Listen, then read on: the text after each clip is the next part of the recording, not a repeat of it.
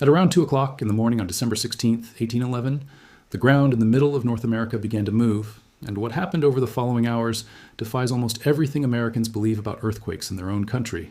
The Mississippi River, the largest river on the continent, was thrown so violently that boatmen tied up along its banks watched the water surge backward, waves, running upstream against the current, banks calving into the channel, entire islands disappearing. The ground did not just shake, it opened. Fountains of sand and black water blasted out of the earth across thousands of square miles of farmland. The shaking rang church bells hundreds of miles away on the East Coast, woke sleepers in Washington, and was felt across an area of roughly 1 million square miles, a footprint no California earthquake in recorded history has ever come close to matching. And it was not one earthquake.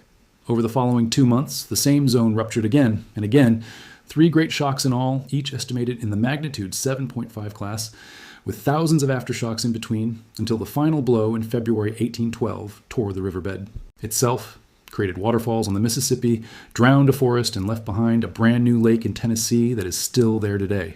Here is the part that should stop you. The fault system that did all of this is not in California. It is not in Alaska. It runs beneath Missouri, Arkansas, Tennessee, Kentucky, and Illinois through the agricultural and logistical heart of the United States within range of Memphis and St. Louis. It is called the New Madrid Seismic Zone. Most Americans have never heard of it. It is still active. Instruments recorded dozens of earthquakes on it in just the past few weeks, and the scientists who study it are engaged in one of the most consequential debates in American geology about what it does next. Today, we are going to tell the whole story. What happened in 1811, why earthquakes in the middle of a continent should be impossible, what the monitoring shows right now, and what an honest accounting of the risk looks like for the millions of people living on top of it. No guessing, no dramatizing, just the facts, the science, and the real stakes. Before we go back to 1811, drop a comment right now. Do you live in the central United States, Missouri, Tennessee, Arkansas, Kentucky, Illinois, anywhere in the Mississippi Valley? Did you even know there was a major seismic zone under your region?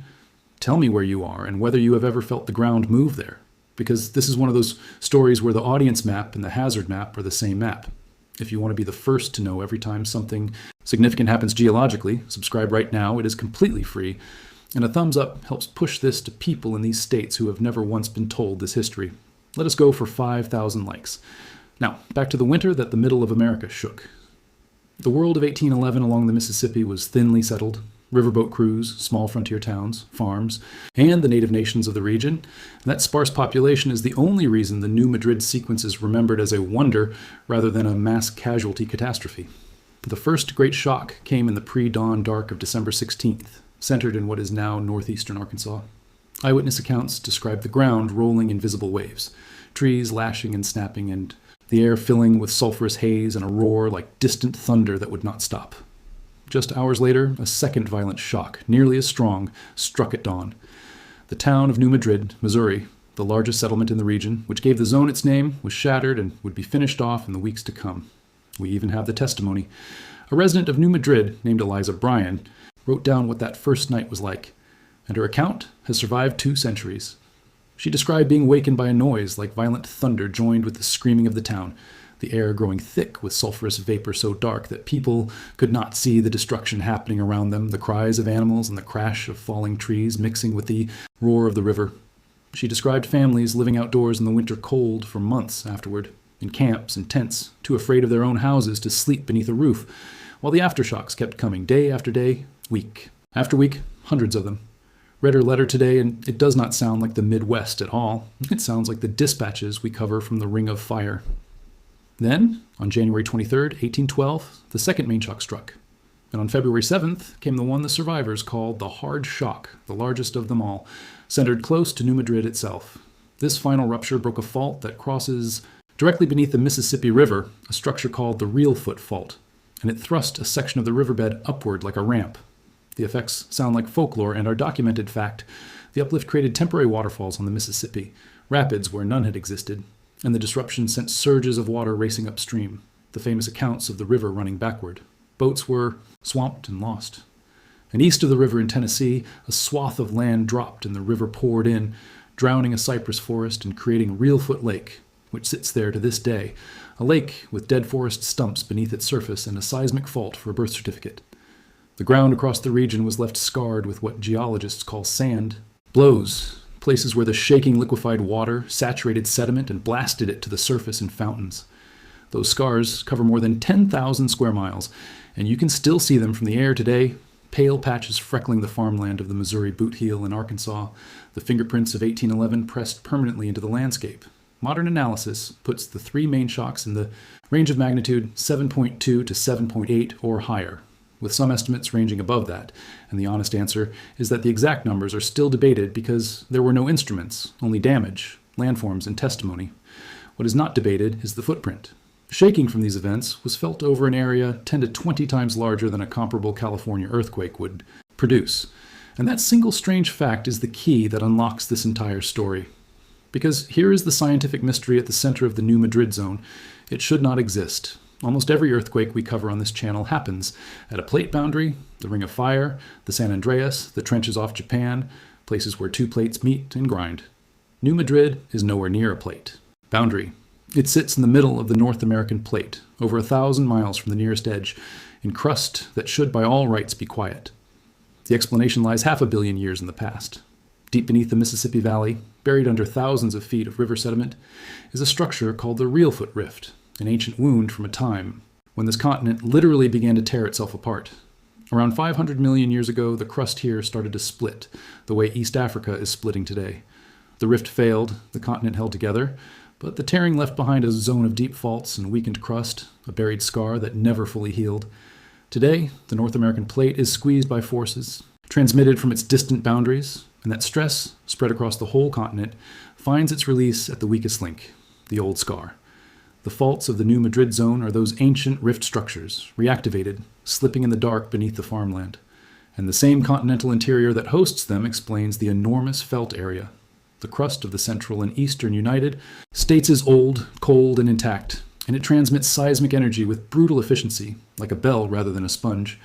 California's crust is young, hot, and shattered by thousands of faults, so shaking there dies out quickly with distance. In the Midwest, the waves just keep going. That is why an 1811 New Madrid shock rang bells on the Atlantic coast, and it is why a repeat today would not be a local disaster. It would be a multi-state event by geology alone. So what is the zone doing right now? It is talking, constantly. The seismic network across the region records roughly 200 small earthquakes in and around the New Madrid zone every year, and this summer is running exactly to form. In just the past 10 weeks, instruments logged more than 50 earthquakes of magnitude 1.5 and above in the zone, the largest magnitude 2.9 in southeastern Missouri at the end of June, with steady clusters near Caruthersville and Steele in the Missouri Boot Heel, and, notably, a string of small events near Tiptonville, Tennessee, which sits directly on the Reelfoot Fault, the same structure that made the waterfalls and the lake in 1812. None of these small events is dangerous. All of them are informative because everyone is a reminder that the ancient rift is still loaded, enough to keep snapping, 2 centuries after the Great Sequence. The zone has also produced meaningful earthquakes in the modern era.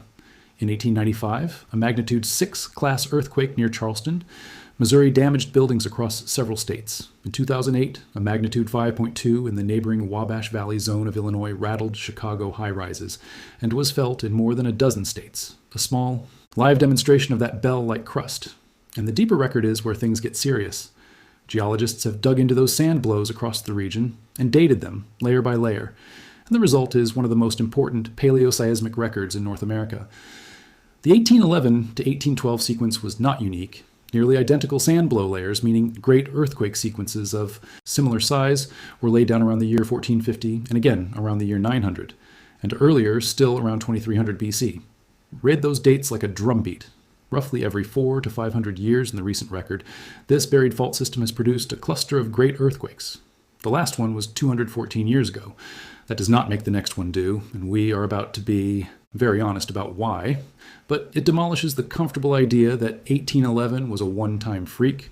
It was one beat of a rhythm. Which brings us to the debate, and this is where this story becomes genuinely fascinating, because New Madrid is home to one of the sharpest scientific arguments in American geology. Here's the puzzle. When scientists installed GPS stations across the zone, the kind of instruments that measure the slow bending of the crust, the kind that show California's plates grinding past each other at inches per year, they found something unexpected at New Madrid. Almost nothing. The ground across the zone is deforming incredibly slowly, at rates close to the measurement limit. Some respected researchers looked at that and made a provocative argument that the zone may be a dying system, releasing leftover stress from past events, its aftershocks literally echoing for centuries in that efficient old crust, and that the hazard maps painting the boot heel as red as Los Angeles are overstating the risk.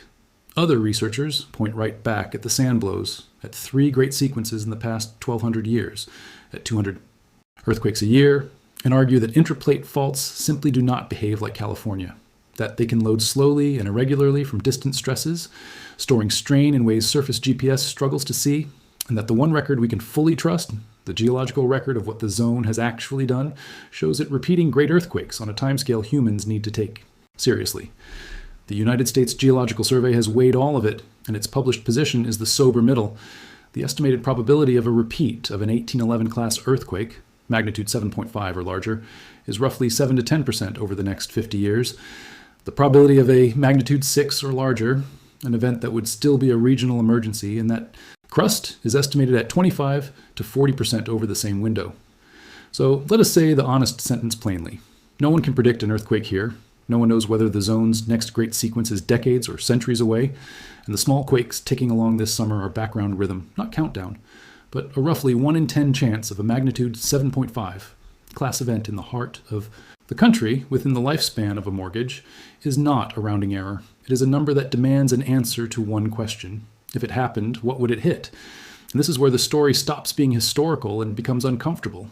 Because the answer is, it would hit a region that is dramatically less prepared than the West Coast, in the era when the stakes have never been higher. Memphis, a metropolitan area of well over 1 million people, sits roughly 40 miles from the zone's southern arm, built substantially of unreinforced masonry, brick buildings that are the single deadliest construction type in strong shaking, and much of it built decades before the region adopted any seismic code at all. Worse, Memphis sits on the Mississippi embayment, hundreds of feet of soft river sediment that behaves like a bowl of jelly in an earthquake, amplifying the shaking and, in the saturated layers, primed for exactly the liquefaction that turned this region into sand fountains in 1811. St. Louis, further north, shares the aging masonry problem, and the zone threads the needle of American infrastructure in a way few people appreciate. Major natural gas and petroleum pipelines feeding the Midwest and the East Coast cross this region. The Mississippi River bridges that carry the nation's freight cross it. The river itself, carrying the grain harvest of the entire basin, flows through it, past banks and levees built on liquefiable ground. One of the world's great air cargo hubs operates out of Memphis. When the federal government has gamed out a full New Madrid scenario, and it has, in the largest national-level earthquake exercises ever conducted, the planning assumptions run to casualties in the tens of thousands, hundreds of thousands of damaged buildings, millions of people losing power and water, and direct impacts spread across 8 states simultaneously, an event that would strain national response capacity in a way no hurricane ever has.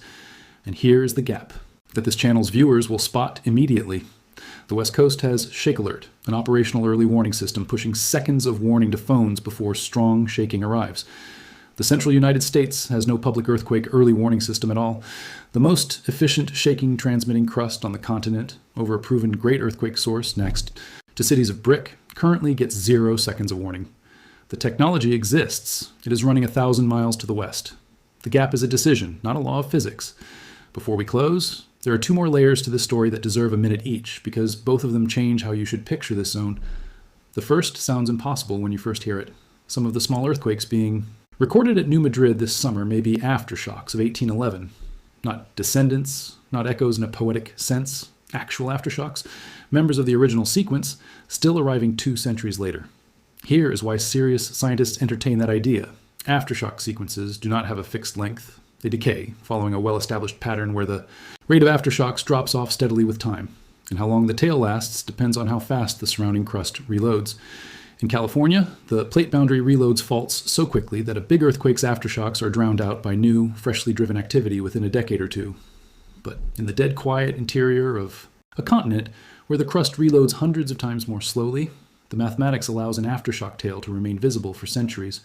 Researchers who have analyzed the locations of today's New Madrid microearthquakes note that they trace, with eerie fidelity, the exact fault segments that ruptured in 1811 and 1812, precisely what a still decaying aftershock sequence would look like.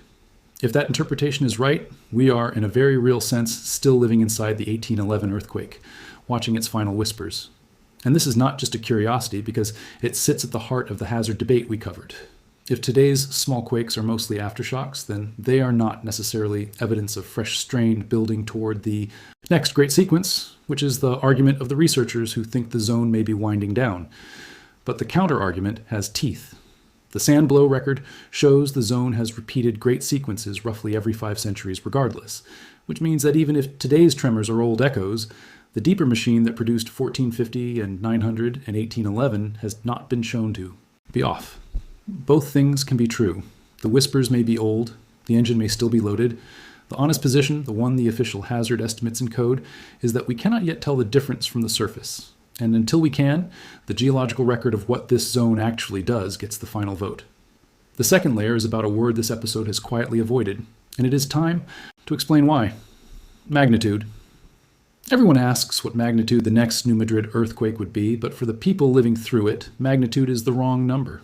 What matters where you stand is intensity, the actual strength of shaking at your location, measured on a scale from barely perceptible to total destruction. And intensity is where the central United States gets uniquely punished.